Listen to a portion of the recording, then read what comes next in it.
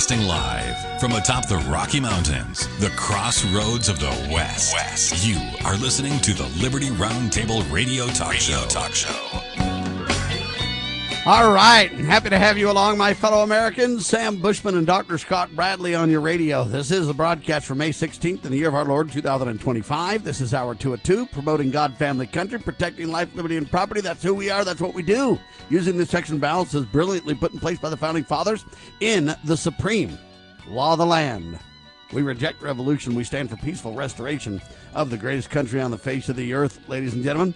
Last hour, we only got in two critical topics. We were talking about the weekly Q&Rs, question and answers on the Constitution from the good doctor every Thursday night. Check out freedomsrisingsun.com to get your free invitation and join. But we talked about the overhaul of the troubled traffic, U.S. air traffic control system. And Donald Trump's going to revamp it and make it great again. He says they'll revolutionize the industry. And my response is, make sure you don't look to government, because they'll screw it up every time. They'll take $1 gazillion and leave it in shambles. Don't let them do it. That's part of the Communist Manifesto. Reject it. RFK Jr. doing a great job. Stands by deep cuts in budget during contentious hearing. And they say he dodged vaccine questions, and he says, don't take my medical advice. Well, again, he's an attorney, not a medical doctor, so it's logical that he's going to say, don't take my advice there.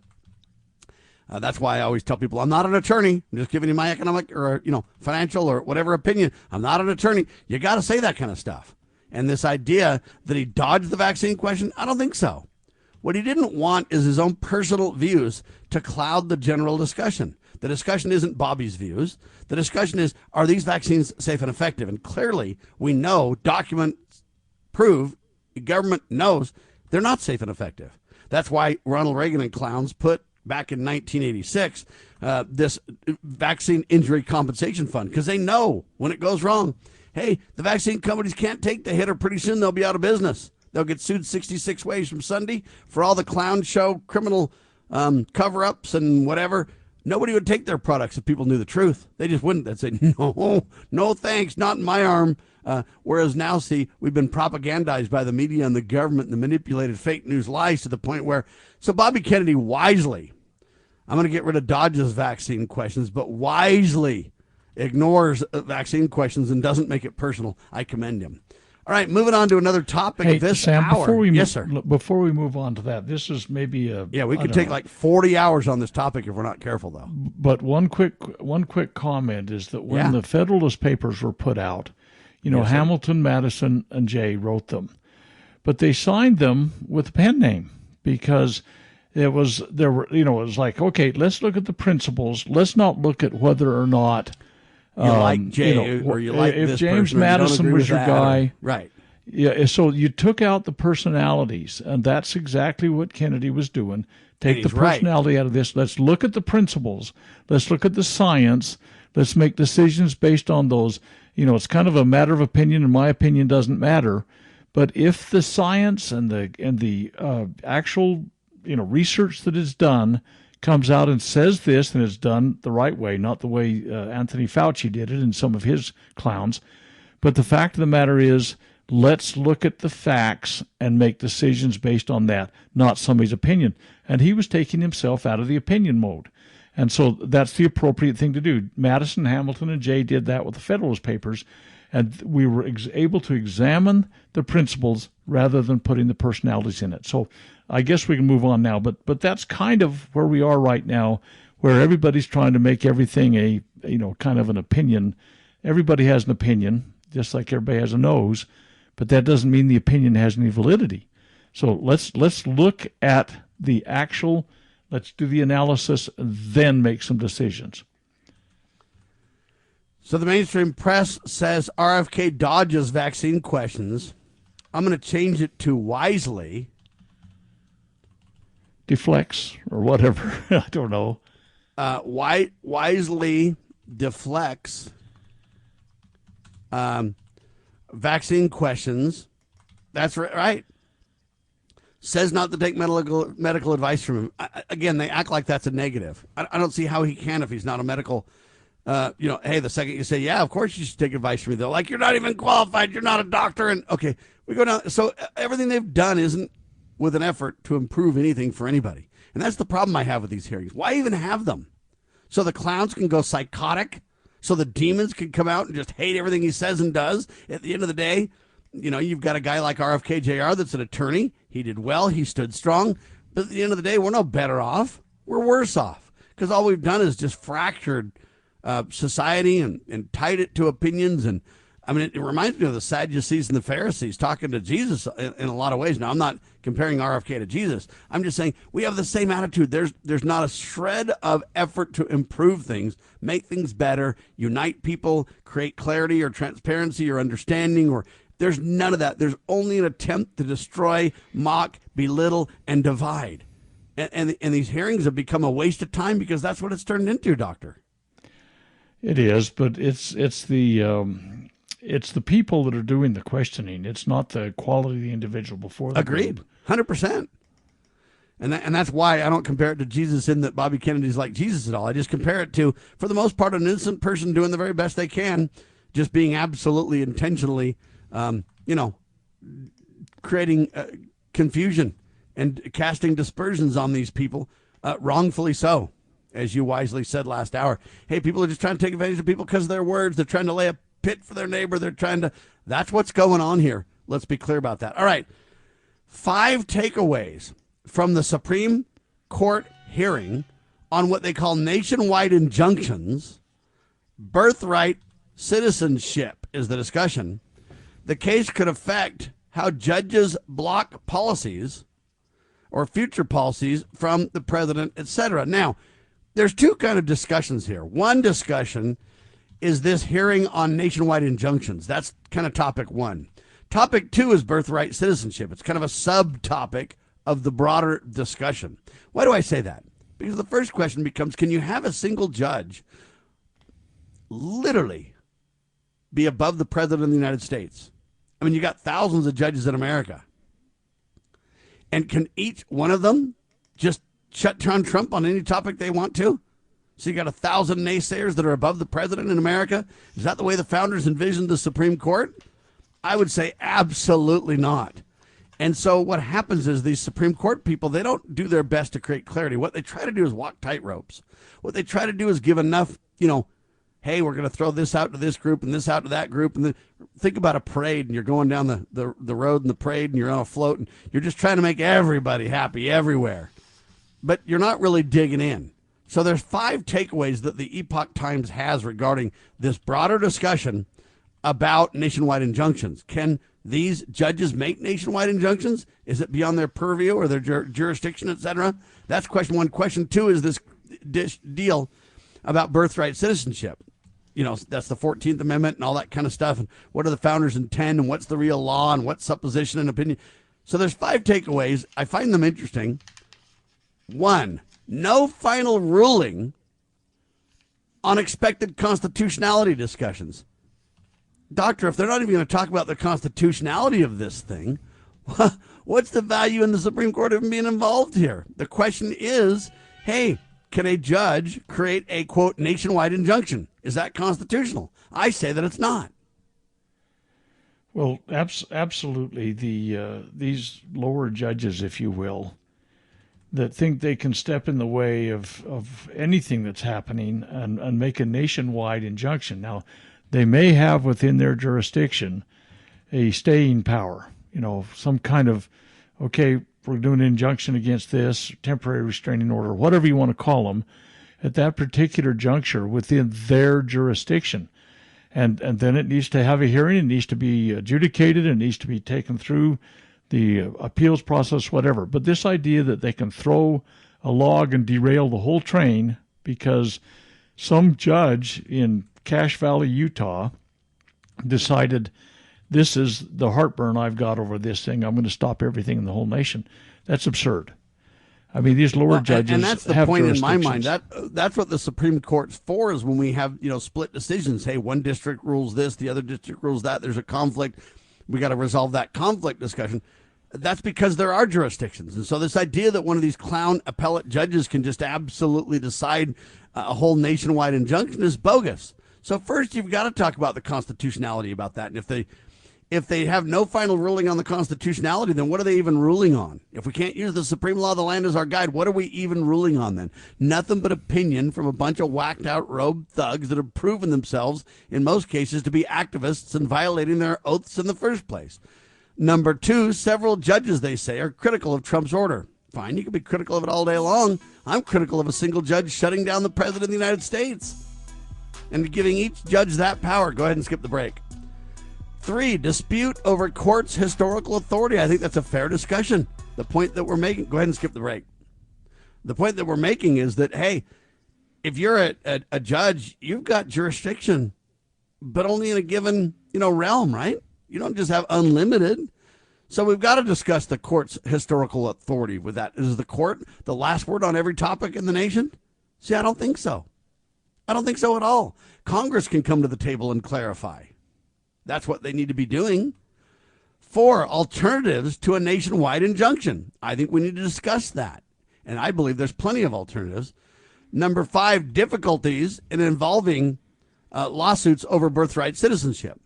So see, they've got 2 issues here, and they basically failed as far as I can tell on both of them, Doctor. If you're not going to discuss the constitutionality, if you're going to just debate the authority and then you're going to say, okay, what are the alternatives to nationwide injunctions? What road do you go down for that? And to me, that's not really what the court needs to do here. All the court needs to say is this: can Trump deal with birthright citizenship? Can he say, hey, we don't have it anymore by executive order? Either that's a congressional legislative responsibility or not. Either the president can do this or not. I say that the president cannot make an executive order to do this. It's a congressional reality. And Congress could have already backed it and taken this out of the courts in 2 seconds if they had the guts. Okay? This idea about constitutionality, hey, that's a whole different discussion. So we're wrapping this all up into a big old, cluster of confusion, and we're not providing any clarity at all. These 5 things, to me, just muddy the waters and blur the issues. That's all they've accomplished. Well, right now, this is very preliminary discussion, honestly. I think the court has begun hearing the issues. I don't believe they've made a decision or a recommendation I think they're still in the process of gathering information. It's a Gordian knot. Yeah, but they're already saying there's no ruling on the constitutionality of this thing. They're not going to do that. There isn't at this point, but there will be, I think. I hope there will be. I think that this stuff right now is very preliminary. They say no final ruling expected. So they're not even expected to give you the constitutionality on this thing. Well, they may not be expecting it this week or this month or maybe before the end of June next year. But the fact of the matter is it's very preliminary, and I think that we're giving up hope without hearing the whole thing. But the fact of the matter is the courts have been hearing it, and it has been muddied. It's a Gordian knot. It's a big hairball, as I talked about earlier in the previous hour. But to sort it out, that is the court, and they should be given a chance to do that. But here's the deal: this birthright citizenship, Bravo Sierra, is something that was created, as you may well know, in the Plyler v. Doe case in 1982, when Judge Brennan put a footnote in, and suddenly everybody that has a baby and that baby becomes a citizen. The Founding Fathers had a definition that was before them in Vattel's book, The Law of Nations, and it defined very clearly who was a natural-born citizen. Now, they're using birthright citizen interchangeably with natural-born citizen. Just because a baby, let's say Kamala Harris got born here, she did not qualify as a natural-born citizen, and we could go that at great length. And Ted Cruz and Marco Rubio, I mean, there's questions about all of these people and their actual constitutional ability to run for president. But what they're trying to determine is a birthright citizen, and that was done by a Supreme Court decision, basically, that they're using they're kind of snudging the definition based upon the 1982 Plyler case. So these kinds of things can be unraveled. And if you talk about, and by the way, it's very clear in Vattel's book, who is a natural-born citizen. You can't say because someone came in, even if you do the 14th Amendment kind of Bravo Sierra that's going forward, you can't say that they are that. By the way, the 14th Amendment in Section 5 very clearly states that Congress shall have power to enforce by appropriate legislation the provisions of this article. Congress could clarify this thing in a heartbeat if they would take the backbone necessary to step up and say. And if they would do that, though, we wouldn't even be in the courts debating this, right? Exactly. But the other idea of these lower judges putting a big log in front of the train and derailing the train is psychotic. These judges should be arrested for their criminal issue. Activity acting outside of their jurisdictions. By the way, there's an interesting, and this probably would require a lot longer discussion, but back in 1952, Congress approved a statute that says, well, it doesn't say, I'm not going to read it to you. It's called the Immigration Nationality Act, which stripped Article III courts, that's the judicial branch, of jurisdiction over immigration cases. This is an interesting law. It was approved by Congress in 1952. It was amended in 1996 and again in 2005, and it harkens back to Article III of the United States Constitution, which says that Congress can make exceptions and regulations as to what issues the court can rule on, unless it's specifically defined within Article 3, Section 2, Clause 1, about those things which automatically are in the jurisdiction of the courts. But Article 3, Section 2, Clause 2 says, all other cases before mentioned, the Supreme Court shall have appellate jurisdiction both as to law and fact, with such exceptions and under such regulations as the Congress shall make. There is an argument. And that's why I say Congress needs to double down and step up to the plate here. In all these showdowns, oh my gosh, the president's we got a constitutional crisis. We only do because Congress isn't stepping up and providing a check and balance to these other branches of government. When the president writes all these executive orders, Congress should say, no, Donald, not happening. When the courts want to basically make a ruling at an appellate level that's only jurisdictional, meaning a limited scope, but they say, oh, this applies to the whole nation. No, it doesn't. And Congress needs to step up and say, hey, you're confused on this law between the 14th Amendment, between all these court cases, and between what the founders intended. Fine, we're going to lay how it is now. We're going to lay how it is now. Hey, these judges cannot override the president. They have jurisdictional boundaries. They can't do it. It doesn't equate to a nationwide injunction. We're not doing that. And if there's conflicts between the different, jurisdictions, then we'll go to the Supreme Court and resolve it. But remember, the courts are only to clarify the law, not make or change or set aside or anything like that to the law. And so we as Congress have to stand up and make sure there's clarity in what we do. That's their job. And they're not doing it. It's the problem. Do you realize how many bills they've given to Donald Trump since they started this congressional session? Probably less than a handful. You know how many bills they put on his desk? Probably less than a handful. 5.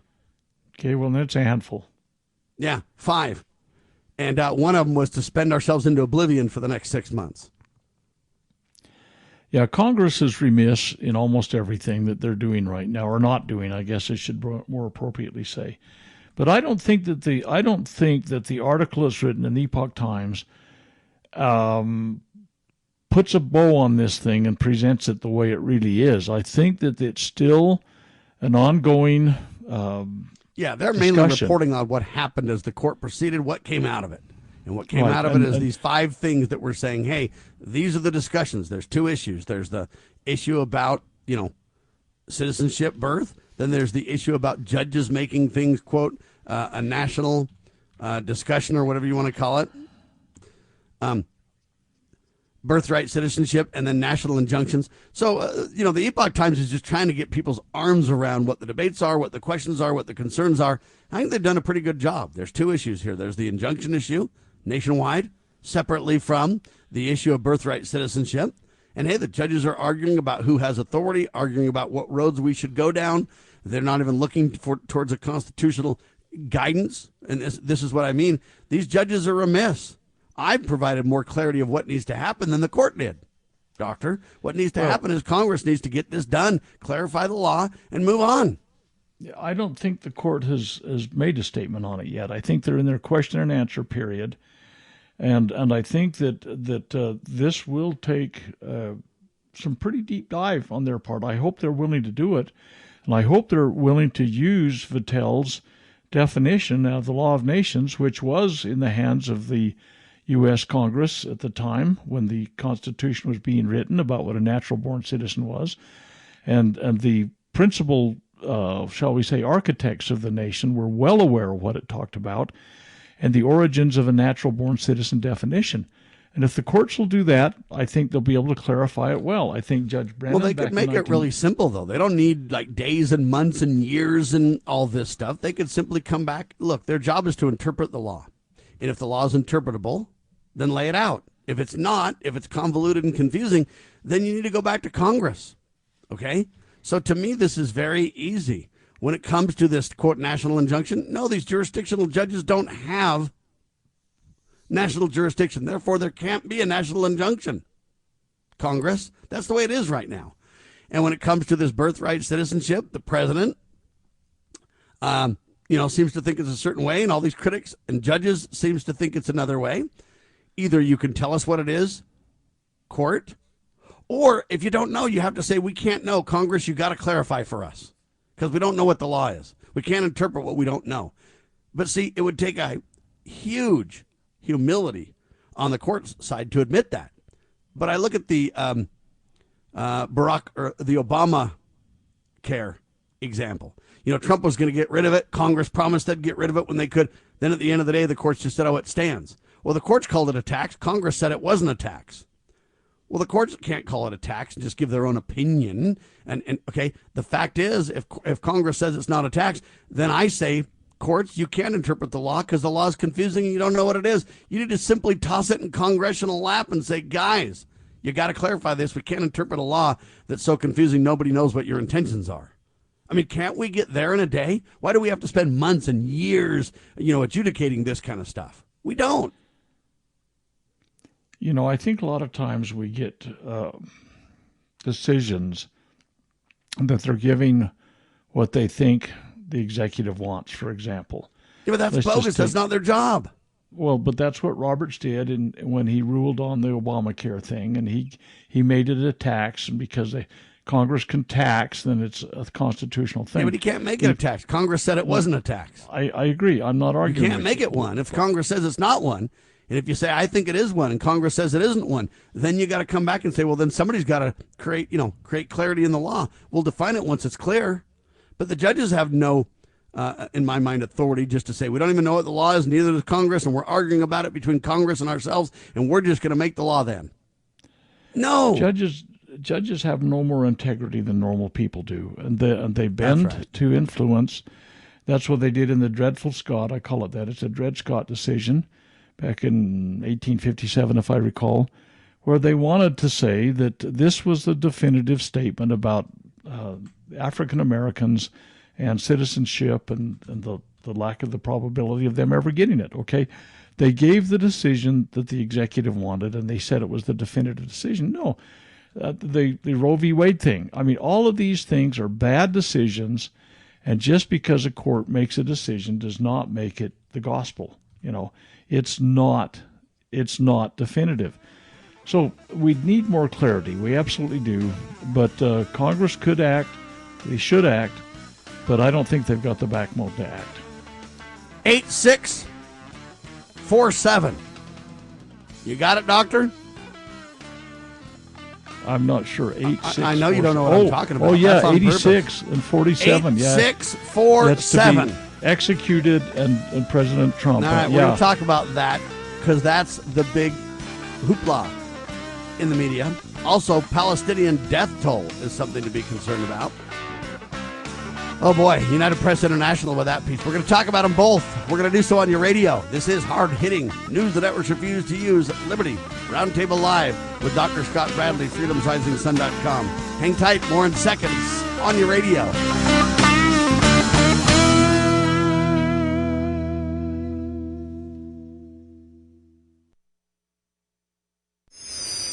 How would you like to help this program reach more people and earn silver at the same time? Call or text 801-669-2211 for complete details. News this hour from townhall.com. I'm Greg Clugston in Washington. Conservative and moderate Republicans in the House are pushing back against different aspects of the Trump budget package. Moderates are concerned about caps on state and local taxes, while some conservatives want deeper spending cuts. There's not only a disagreement over the content, but also the timetable. Nebraska Congressman Don Bacon believes Republicans are on course to approving the bill. I think we're at the 95% point. There are some small things we got to fine tune and fix, I think, yet. I think we're close. But South Carolina's Ralph Norman is worried about state and local tax deductions and thinks his caucus has a long way to go. My point is we need to have answers before it hits the floor. Is salt going to be raised from 10 to 30? Is it going to be raised to 100? And how is it going to be paid for? That's my whole issue. Speaker Mike Johnson wants the House to approve the bill by Memorial Day. It's shaping up to be a commuting nightmare in the greater New York City area today. New Jersey transit train engineers have gone on strike in a dispute over wages. This leaves an estimated 350,000 commuters in New Jersey and New York City with a choice. Either reach your destinations by other means or stay home. Correspondent Andrew Stewart says it's the first transit strike in New Jersey in more than 40 years. Israeli airstrikes bombarded the Gaza Strip for a third night in a row. The death toll has risen to near 100. Russia and Ukraine have agreed to exchange 1,000 prisoners of war each. That's according to the head of Russia's delegation after holding peace talks earlier today with Ukrainian officials. Such an exchange would be their biggest POW swap since the start of the war in 2022. At the meeting, the two sides agreed to provide detailed proposals for a ceasefire. More on these stories at townhall.com. Mike Gallagher here, host of The Mike Gallagher Show. If you know me, you know I only put my name behind people and companies I trust. When it comes to mortgages, I trust Mike and Brian at Fellowship Home Loans. They're not just friends. They've done loans for me, my family. I've seen firsthand how they treat every client like their family. And these days, that personal touch really matters. With the cost of everything up, you might be looking for ways to free up cash. Maybe you're thinking about a cash-out refi or HELOC to finish some home projects, consolidate debt, or just get ahead financially. Fellowship is a full-service direct lender, not a broker. They cut out the middleman. That means faster decisions, fewer fees, and less stress. Whether you're buying your first home, downsizing, or refinancing to get some breathing room, they'll tailor fit the loan to your life. Get started at fellowshiphomeloans.com/Mike G. fellowshiphomeloans.com/Mike G. or call 800-510-MIKE, 800-510-6453. Fellowship Home Loans, mortgage lending by the book. Nationwide Mortgage Bankers, DBA Fellowship Home Loans, Equal Housing Lender, NMLS number 819382. As a parent, is receiving a faith-based, character-focused education for your children difficult to find? Do you believe that godly principles should be a central component in your child's education? Imagine a school where faith and integrity are at its center, where heritage and responsibility instill character. For over 40 years, American Heritage School has been educating both hearts and minds, bringing out academic excellence. This is the school where character and embracing the providence of a living God are fundamental, where students' national test scores average near the 90th percentile. With American Heritage School's Advanced Distance Education Program, distance is no longer an issue. With an accredited LDS-oriented curriculum from kindergarten through 12th grade, your children can attend from anywhere in the world. American Heritage School will prepare your child for more than a job. It will prepare them for life. To learn more, visit american-heritage.org. That's american-heritage.org. Bypass the mainstream narrative with Liberty News Radio at libertynewsradio.com. Engage with charismatic hosts live or on demand. We cover the crucial news focused on God, family, and country. News that other networks simply refuse to use. Think of LNR's hard-hitting news and podcast at your fingertips, anytime, anywhere. Join us at libertynewsradio.com. Empower your day with the truth, because the truth will set you free. libertynewsradio.com. Introducing Managed IT Services from NPI. We offer top-notch data backup and recovery, email spam protection, and network security tailored to your needs and budget. With 20-plus years of experience in the medical field, our HIPAA-certified consultants know what it takes to protect sensitive information. Don't settle for less. Give us a call at 801-706-6980 and experience the difference with Managed IT Services. Remember, your IT support should be fast, efficient, and reliable.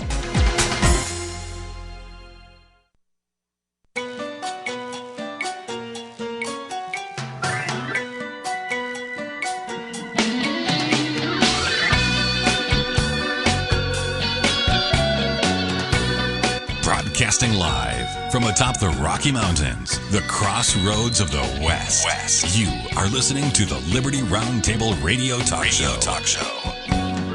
All right, back with you live, ladies and gentlemen. The good doctor with me, Dr. Scott Bradley, freedomsrisingsun.com. So there's so much to talk about, and I get and agree with Dr. Bradley that, hey, the Supreme Court's just digging into this thing. They don't have definitive answers yet. The Epoch Times doing kind of an early takeaway to get people's arms around the complexities of these things, and I get they're not doing it justice at the same time. I don't know how you can. My whole point, though, is this idea that the Supreme Court takes a case in the fall or any time during the year, and then, hey, it doesn't come out until next summer, so they do a couple of little blips publicly, and then, hey, it goes underground, and then they come out with, like, God's ruling. It needs to stop, too. We need transparency and accountability and clarity. We need jurisdictional boundaries. We need all these kind of things in place, and they're not doing it. It's kind of my big issue with it. Moving right along, former FBI director James Comey is now under big-time scrutiny by the U.S. Secret Service. Why? Following an Instagram post that he made that Republicans claimed was a veiled threat or an assassination attempt, some are saying, against President Donald Trump. The now deleted post showed seashells arranged to spell out 8647. And the caption said, "Cool shell formation on my beach walk." Okay, so he had this beach walk and he put the shells in this formation, took a picture of it, put it on Instagram or whatever. Well, here's the deal. They say that 8-6 is kind of like deep six. When you 8-6 something, you get rid of it, you shut it down. Well, in modern terms, they say it can even relate to an assassination. So 8647 says assassinate President 47. You know, why you would put 8647 in that configuration on the seashell, take a picture of it, put it on your Instagram post when you're the former FBI director, I don't even understand. But that's the allegations. That's what's happening. And, you know, where we go with this, I don't know. But, hey, the liberals, Maxine Waters and all these different people, Nancy Pelosi, they promoted violence and hostility and everything else for years. This isn't anything new. If you and I were to threat or make something like that, we'd be in jail already. None of these clowns end up in jail at all. He can say it's not a veiled threat, but what else? What other reason could you put 8647 on the beach, take a picture of it, put it on Instagram, if that's not the case? I mean, I just don't understand where you'd even get those numbers. And that's why at the start of the discussion on this, I said, hey, Dr. Bradley, if I say 8647, what do you think? Look, you can't tie it to anything that makes sense. And so far, whacked out Comey hasn't even come up with an alternative explanation. What's going on around here, Doctor? Well, you would assume, which is a big assumption, that a director of the FBI would have some context that would be able to be analyzed in. And you would have to assume... Yeah, because hold on. You paused for a second and you thought, I don't know what that means. And then you go, wait, hold on a minute. I think I do. I mean, can't the FBI director get there too? Yeah, I had to do a little cogitation on it, but it was only a moment. You know, it literally took you like 5 seconds of what? Oh, yeah, I know.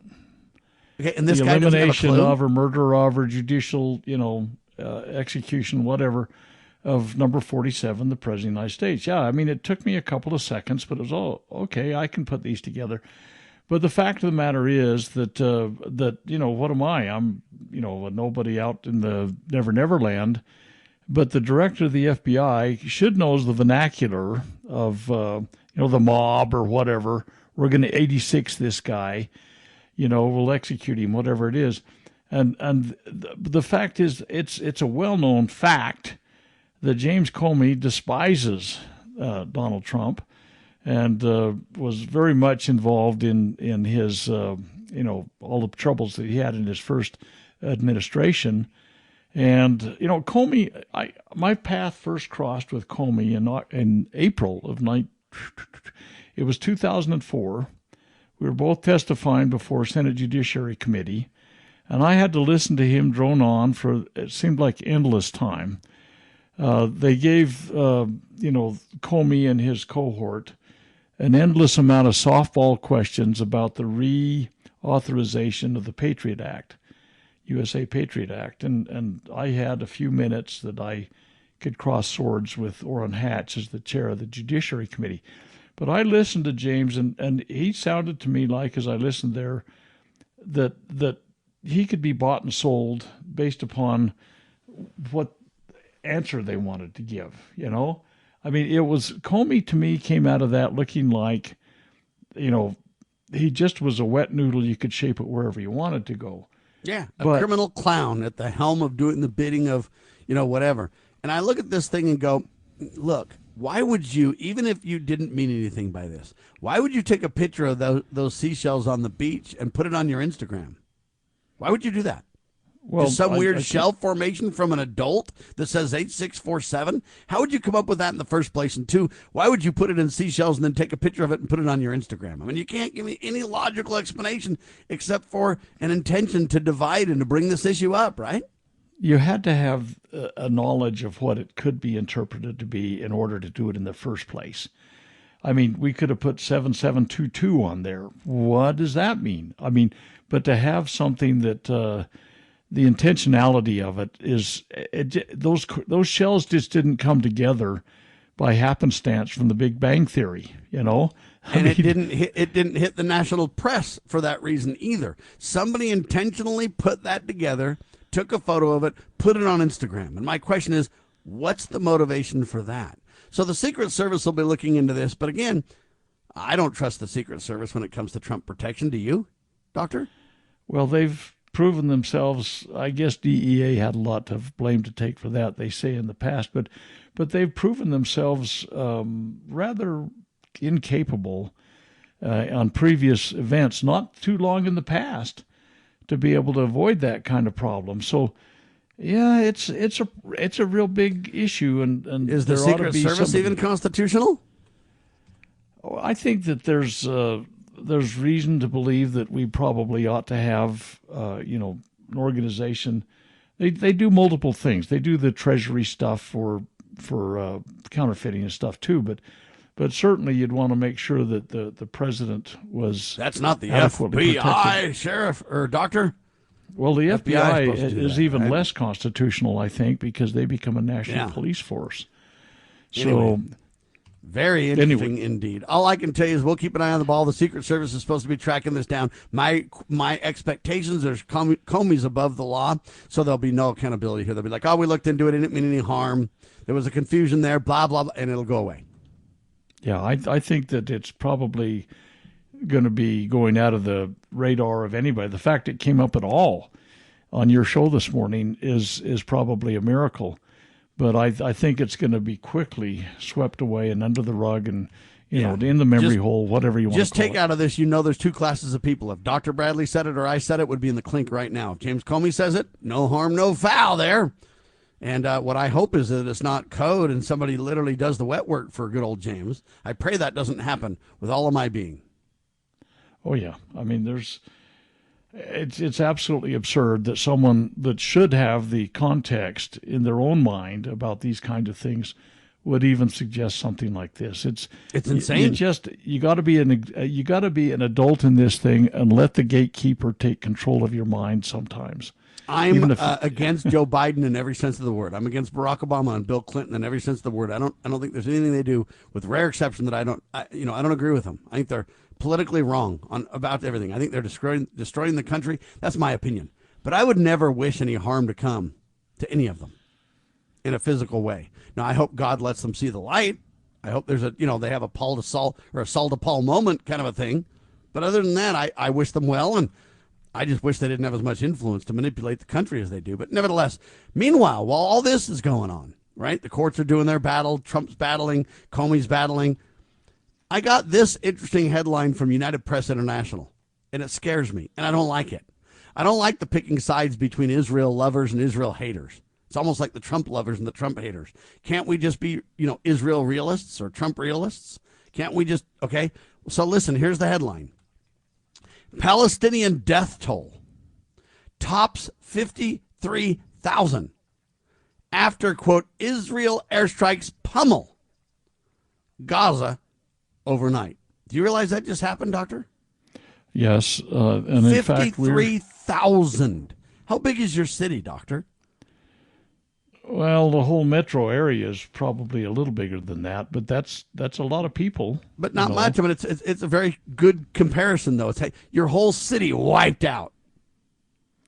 Well, let's just put it in another context. 58,000 Americans killed in Southeast Asia during the Vietnam debacle. Amen. I mean, yeah.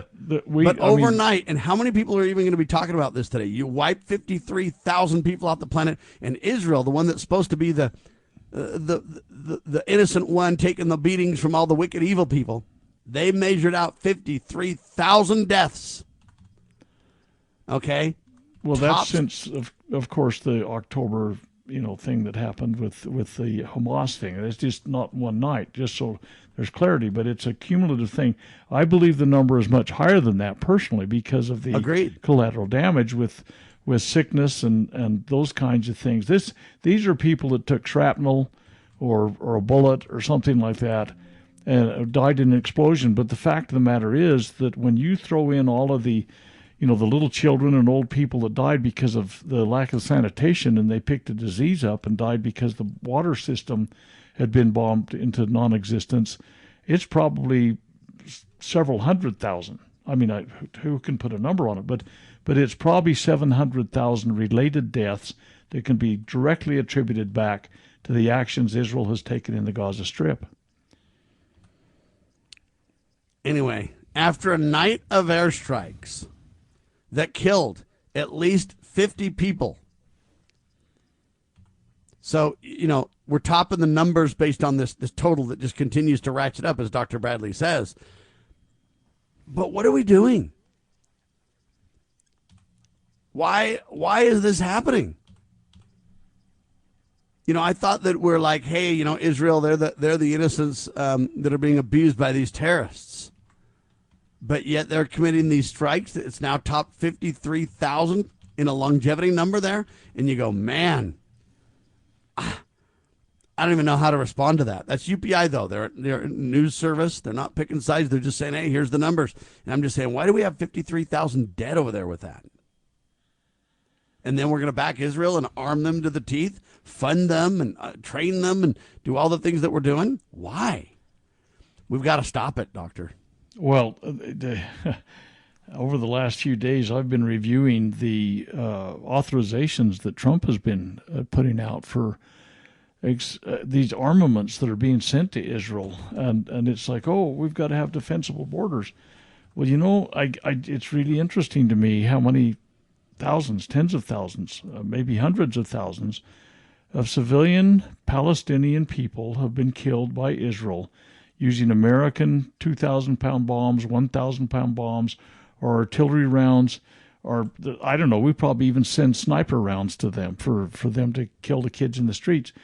The fact of the matter is, this is happening against civilians. You say, well, they voted to put Hamas in. The real historical origins of Hamas, Israel helped create Hamas as a counterpoint to the PLO, Palestinian Liberation Organization. They wanted to diminish the strength of the PLO among the Palestinian people, and so they helped facilitate the creation of Hamas. So who's really responsible for this? This is such a convoluted mess.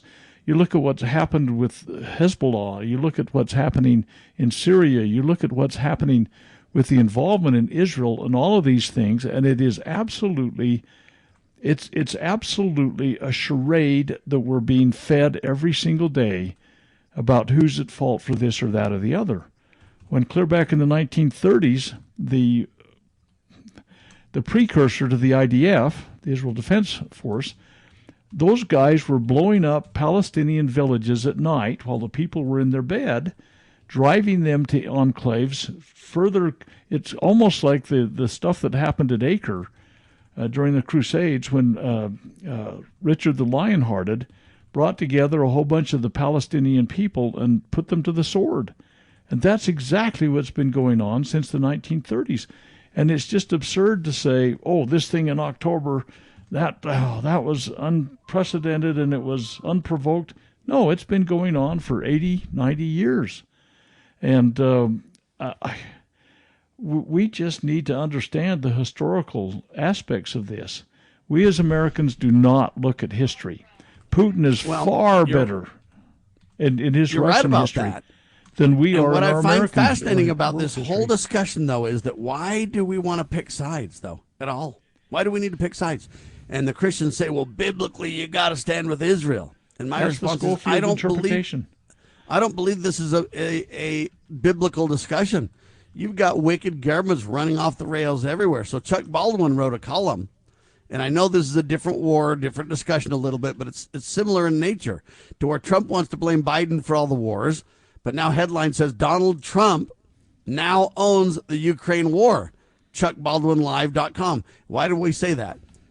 Because Trump just basically approved, and Congress is approving a bunch of weapon sales, a bunch of weapons being transferred to the Ukraine, just fueling that side of the discussion. And you can't blame it on Biden when now you're starting to send weapons and armaments and capabilities to them. Now you've got to own it. And I think Chuck Baldwin's right on this.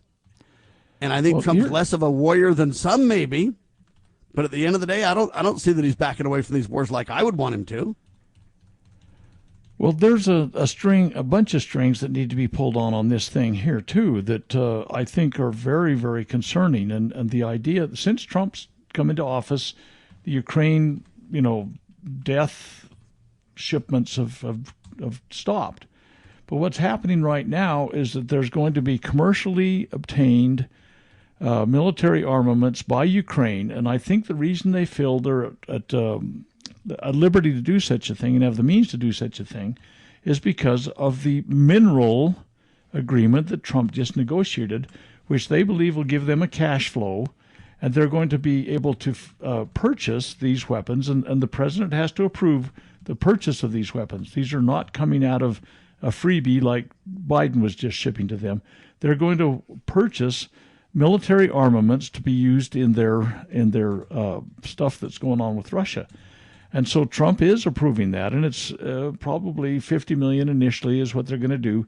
But I believe Ukraine says, okay, we didn't get in NATO, but we have a United States security agreement right now with us going in there to extract or harvest their minerals, and that will give them a cash flow, and they can purchase more weapons to continue the war, and the United States is going to provide those weapons. I mean, it's kind of a interesting circle, if you will, of how this works together. But Baldwin's right. They're going to be using American armaments to continue their war, and Putin's supposed to get more sanctions against him. That will drive him closer to China and Iran and North Korea. I mean, we are really literally, and of course that has to do with the, how it fits in ultimately and finally with the Houthis, because Saudi Arabia has just negotiated a big armament defense exchange with the United States, billions and billions, $150 billion, approximately 140, whatever it is. So we're the biggest arms dealer in the world, the biggest death and destruction dealer. We send them to Ukraine, to Saudi Arabia against the Houthis that we deliver ourselves, to Israel to be delivered against the Palestinians. And it's like, what does the Prince of Peace have to say about all this stuff? And we're just literally the biggest warmongering nation in the world. It's absolutely, our hands are clean, except for the ones we're delivering right now against some nations, Well, and I'm looking at it and saying, I want Trump to back away from these wars. I want Congress to step up and demand their responsibility and authority and obligations, their laid out responsibilities. I want them to stand up and take responsibility for it. I want to defund these wars. Right now, $1 trillion is going to be spent on war, on the military industrial complex. That's our military. Yeah. And Trump said it could be chopped in half, and it could be more than that, by the way. But nevertheless, I want to see a backing away, and I see Trump less of a hostile war advocate than others, but I don't see him backing away completely either. And we need people to come to the table and say, look, let's get out of these foreign entanglements, doctor. Let's get out of them. Well, it's not just entanglements. I mean, the Saudis have been bombing Yemen for years, maybe a decade, maybe more. I don't know. I had to look at my timeline. Anyway, so the Saudis been bombing the Yemenis. Well, who are the Yemenis? They're the Houthis. Well, now the United States is delivering our own armaments against them. Trump, without a constitutional declaration of war, started Pearl Harbor on the Houthis. And when they were doing it in support, they were delivering impediments, if you will, to what's going on in the Red Sea against the Israelis because of what they're doing to the Gazans. I mean, it's a entanglement of incredible proportion. It's a religious war. It's not our monkey, and we're in the middle of it because of decisions Trump's making and the Congress has done, and really and truly every single step of the way. Whenever we step in something in the Middle East, we put it there. Amen. I mean, and I'm not defending Trump or getting Trump or any president off the hook on this. But sadly, we've had this the case for so long. Many of the presidents don't even realize the checks and balances that are in place. And many presidents believe it's something that they have to solve. Now, I'm not saying that's right. They should know better. When they swear an oath to the Constitution, they ought to understand what they're swearing an oath to. I'm not getting them off the hook. But I am saying it's been this way for so long. The only real way to deal with it is for Congress to start to assert itself and say, no, hold on. I don't know why previous Congresses haven't taken their responsibilities seriously, but we are going to double down on due diligence. We are going to stand up and say, President, you can't do that. You're not sending those weapons to these people. But see, Congress has funded it and approved it to the point where now they say the president can't even stop the funding. He's forced to spend it. And this is the problems that we get into when we violate all the checks and balances, Doctor. It's that simple. We have got to step back, take a deep breath, take a chill pill, whatever you want to say, and say, okay, wait a minute, we're lost. We're out in the weeds. First thing you do when you're lost is you sit down and look at your back trail. And the back trail is well marked. It's constitutionally sound. It's been around. I mean, the whole time we've been doing this stuff, it was well defined. The job responsibilities, Article 1, or, legislative, Article 2, the president, Article 3, judicial, and each one of those has got to dial it back into their own realm. They got to be in their own lanes. Jefferson and Madison collaborated on the Kentucky and Virginia resolutions, and in that they said, let no more be said of confidence in man, but bind him down from mischief with the change of the Constitution. And that's the problem. Don't blame the Constitution for those people who are not willing to obey it. Let's demand and insist, as we the people, that they obey the Constitution, the supreme law of the land, that they stay in their lane. And that's where the solutions start, Doctor. It truly is. And they all have taken an oath, a sacred oath before God.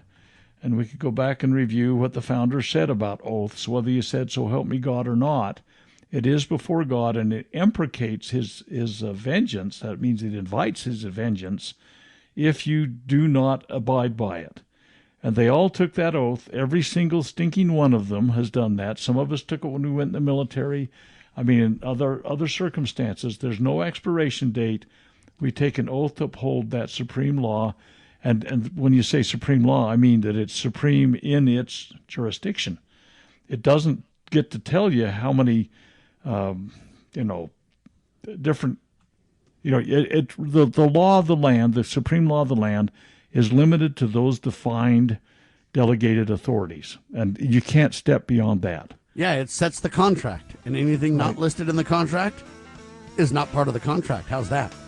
All right. Yeah, thanks for staying alongside for the ride. Hopefully it was educational and entertaining. 2 hours of hard-hitting news the networks refuse to use.